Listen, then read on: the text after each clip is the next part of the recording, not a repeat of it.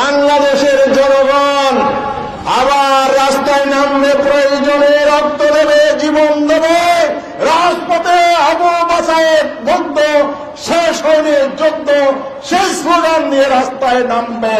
কিন্তু বিনা সংস্কারে কোন নির্বাচন বাংলাদেশের মাটিতে হবে না, বিচার ছাড়া কোন নির্বাচন বাংলাদেশে হবে না, হবে না, হবে না।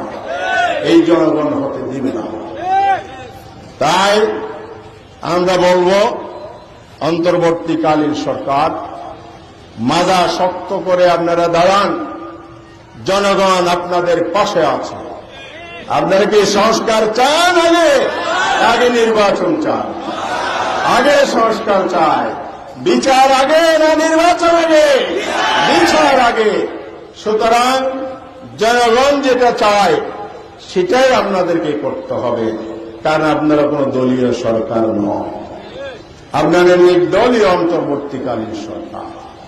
সেই হিসাবে জনগণের মনোভাব বুঝুন, যে উদ্দেশ্যে জনগণ আপনাদেরকে বসিয়েছে সেই কাজটি আপনারা করুন, তাহলে জনগণের সমর্থন আপনারা পাবেন।